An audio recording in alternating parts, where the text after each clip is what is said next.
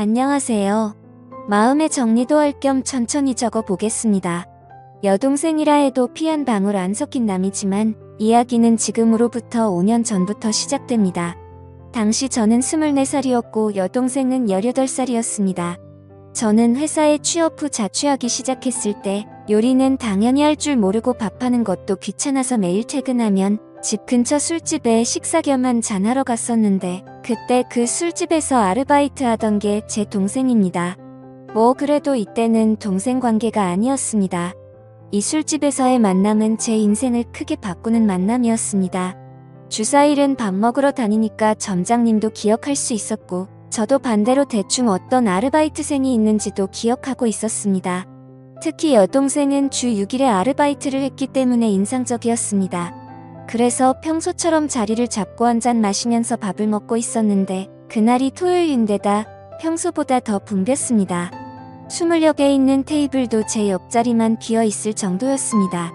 사람이 너무 많아서 혼자 테이블 차지하고 있는 게 눈치가 보여 부탁 마저 먹고 나가려고 생각하고 있었는데 느닷없이 누군가 말을 걸었습니다. 저기 죄송한데 옆에 좀 앉아도 될까요? 그때는 제 동생도 아니었고 뭐 어쨌든 피가 안 섞여서 동생은 절대 아니니까 편의상 수지라고 적을게요. 저에게 말을 건 사람은 수지였고 아무래도 아르바이트가 끝난 시간이었던 것 같습니다. 아르바이트 끝나고 식사를 하기 위한 자리가 제 옆밖에 안 비어 있었던 거죠. 저는 앉아도 된다고 했습니다. 하지만 그와 동시에 복장을 초라한 눈이 갔습니다. 제 또래의 여자로 보이는데 꽤 묻은 티셔츠에 촌스러운 청바지 그리고 낡은 컨버스. 주 6일이나 아르바이트 하는데 옷 살 돈이 없나? 돈을 모으고 있나? 라는 의문이 들어도 머릿속의 생각으로만 끝났지 물어볼 수는 없었습니다. 그날은 결국 대화다운 대화도 나누지 못했지만 왠지 호기심이 생겼습니다. 수지가 자리에서 일어난 후 가게 점장님께 수지에 대해서 무심코 물어봤습니다. 수지 씨는 뭔가 학비라도 모으고 있어요? 훌륭하네요. 나이도 젊은데 왜 그렇게 생각해? 아니 올 때마다 항상 아르바이트를 하고 있고 또 잘 안 사 입는 것 같아서요. 아니 쟤는 집안 사정이 많이 복잡해. 사정이 많이 딱해. 그래서 안타까워서 아직 고등학생이지만 아르바이트 쓰는 거야. 아 그래요. 고등학생인데 참 대단하네요. 반했어. 반하진 않았지만 왠지 모르게 흥미를 갖게 되었습니다. 그래서 기분 나쁘지 않은 수준으로 가게에서 말을 걸거나 자연스럽게 들리는 이야기들을 듣기를 3개월 정도 계속하던 어느 날 우연히 제가 가게 뒷문을 나온 타이밍에 수지가 가게 뒤에서 고함을 지르는 목소리를 들었습니다. 근처로 가보니 통화 중이었고 들으려고 했던 건 아닌데 고함을 지르는 모습에 무슨 일인지 궁금하여 근처에서 통화하는 것을 엿들었습니다. 들려온 내용은 자세하게 못 알아들었는데 뭔가 돈 때문에 혹신각신하는 것 같았습니다. 어제 30만 원 줬는데 왜? 이런 대화였습니다. 대충 통화가 끝났을 무렵 이번에는 서럽게 우는 소리가 들려왔습니다. 자주 봐서 친하다고 착각한 저는 그 순간 무슨 일인지 몰라도 도와주지 않으면 안 된다는 생각에 용기를 내서 말을 걸었습니다. 밤늦은 시간에 가게 뒤에서 울고 있는 여자에게 양복 입은 직장인이 말을 건네는 건 이상한 모습으로 보이겠지만 그런 건 개의치 않았습니다. 무슨 일 있어요? 수지는 눈물을 너무 많이 흘렸는지 눈을 동그랗게 뜨고 있었습니다. 왜요? 누가 돈 빌려달래요? 아니에요. 남에게 말할 건 아닌 것 같아요. 괜찮아요. 에이 괜찮아요. 남이지만 말해도 돼요. 저한테 말하고 나면 기분이 좀 풀릴 수도 있어요. 수지는 고개를 숙이면서 띄엄띄엄 자신에 대해서 이야기하기 시작했습니다. 아버지는 없으시고 어머니뿐인데 집에 정말 돈이 없는데 어머니는 전혀 일하지 않으시고 수지가 번 돈으로 생활을 하고 계신다는 겁니다. 나라에서 나오는 돈이 있으면 그 돈으로는 사치를 하시고 생활비는 전부 수지가 드리는데도 불구하고 어머니는 돈이 떨어지면 수지한테 전화해서 막말을 하셨다고 합니다. 그래서 정말 못 사는 동네에서 겨우겨우 살고 있는데 최근엔 전기세랑 가스세도 못 내고 있어서 힘들어서 울었다고 하더라고요. 얘기를 들으면서 저도 모르게 눈물이 났습니다. 저는 얘기를 다 듣고 제 지갑에 있는 돈을 모두 꺼내 수지한테 줬습니다. 수지는 절대 못 받는다고 했는데 저는 그냥 막무가내로 줬습니다. 언제든지 괜찮으니까 갚을 수 있을 때 돌려달라고 했습니다. 그래도 수지는 계속해서 거절을 했습니다. 괜찮으니까 받아요. 나중에 못 갚더라도 상관없으니까 받아도 돼요. 돈 안 갚는다고 겁주는 그런 사람 아닙니다. 이 말을 듣고 되게 고마워하며 제가 준 돈을 받았습니다. 그 후 수지를 집에 데려다주고 연락처를 교환했습니다.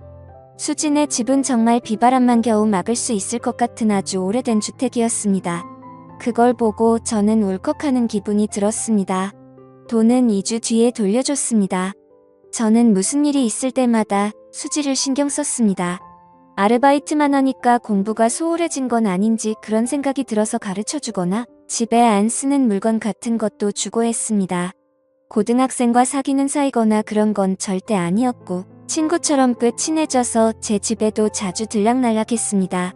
알게 된 지 1년 정도 지난 시점에는 살이 빠져서 안색도 별로 안 좋아 보였던 애가 누가 봐도 건강하게 보일 정도로 살도 붙었습니다. 예전에 저를 만나기 전에는 아침 점심 거르고 하루에 한 끼 먹는 게 전부였다고 했습니다. 상상만 해도 또 눈물이 나네요. 그래서 저는 제 집에 놀러 올 때면 먹고 싶은 거 항상 사주고 아르바이트 끝나면 배가 찢어지게 먹을 수 있도록 해줬습니다. 그러다 수지가 고등학교 졸업이 얼마 안 남을 무렵의 한밤중에 저에게 전화를 했습니다. 상당히 동요하는 목소리였고 숨을 제대로 못 쉬는 것 같았습니다. 통화로는 대화가 어려웠고 결국 저는 수지의 집으로 향했습니다. 집에 도착하니 수지가 나왔는데 눈물 범벅인 얼굴과 토사물이 얼굴과 옷 여기저기에 묻어 있었습니다. 천천히 진정시키고 무슨 일이냐고 물으니 어머니께서 갑작스레 심장마비로 술집 화장실에서 쓰러졌다는 겁니다. 계속 눈물만 흘리고 어쩔 줄 몰라 하는 수지를 데리고 어머니께서 옮겨진 병원으로 함께 갔습니다. 병원에 도착하자 이미 어머니께서는 안치소 같은 곳에 있었습니다. 같이 술을 마셨던 것 같은 아저씨가 거기에 있었습니다.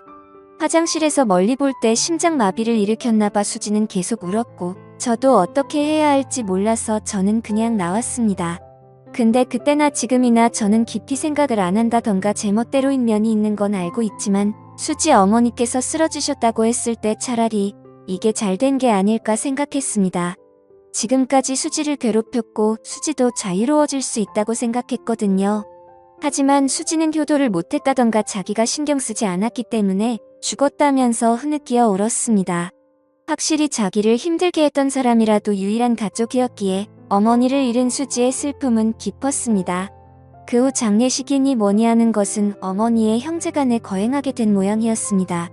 그 장례식에서 앞으로 수지는 어떻게 해야 할지에 대해서 형제들끼리 대화를 나눈 것 같은데 일단 미성년자이니까 누군가가 수지의 양치권자가 되어야 하는데 아무도 맡으려고 하지 않았습니다.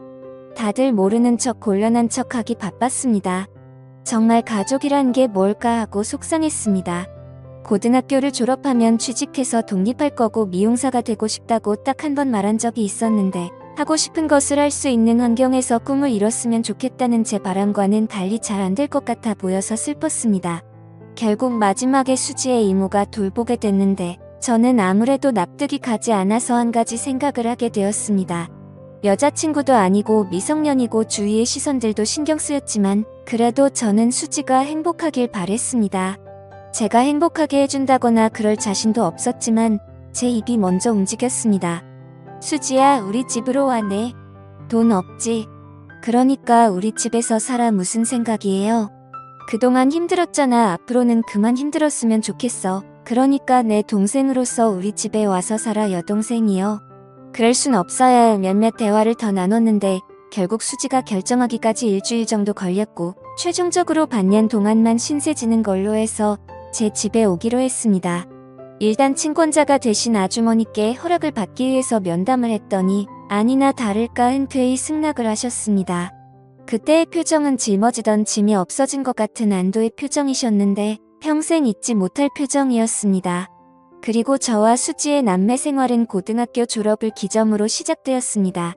같이 살기 시작했을 때 뒤늦게 제 부모님께도 말씀을 드렸는데 특히 아버지께서 너는 훌륭한 남자야 라며 상당히 응원해 주셨기 때문에 큰 걱정 없이 수지를 돌볼 수 있었습니다. 졸업 후 바로 취업하려던 수지는 제가 극구 반대를 해서 1년 재수 후에 미용 전문학교에 입학을 했습니다. 재수하는 1년 동안은 틈틈이 아르바이트도 하면서 집안일도 했습니다. 집안일도 처음에는 형편없었는데 점점 더 능숙해졌고 아르바이트에서 번 돈으로 매달 생활비도 보탠다고 하는 걸 말리다 보니까 반년만 신세진다던 약속이 어느새 학교도 졸업하고 취업도 했습니다. 처음에는 촌스럽게 차를 입었었는데 정말 예쁜 여자가 돼서 학교 졸업식에서 신세진 사람에게 메시지를 전하는 자리에서 다들 부모님이나 선생님을 얘기했는데 수지만 혼자서 탱탱씨 고맙습니다 하면서 메시지를 읽는데 눈물이 핑 돌더라고요. 처음에는 다음 달에 꼭 저에게 신세진 거 갖고 나가서 살 거라는 게 말버릇이었는데 언제부턴가 조금만 더 지내도 될까요? 라는 게 말버릇이 되어 있었습니다. 그런 애매한 관계를 결국 계속해서 지금에 이르렀는데 최근에 수지가 우리의 관계를 확실히 하고 싶다는 말을 했습니다. 저는 20대를 거의 수지에게 바쳤고 여자로서 의식하지 않았다고까지는 말할 수 없지만 우연히 손이라도 스치면 수지는 겁을 먹는 듯 했었고 처음 2년 동안은 돌아가신 어머니한테 원망받는다고 밤이면 밤마다 울고불고 최근 1년 동안은 화가 치미는 일도 많았습니다. 그래도 언제부터 좋아했는지는 모르겠지만 행복하길 바라는 여자를 평생 행복하게 해주기 위해 프로포즈를 위한 반지를 샀습니다. 그리고 오늘 처음으로 만났던 술집에서 프로포즈를 했습니다.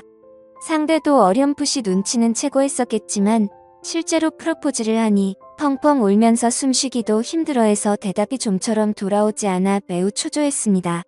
나와 함께 끝까지 있어줄래? 지금까지 5년 동안 같이 있었는데 앞으로 10년, 20년 나와 함께 있어줄래?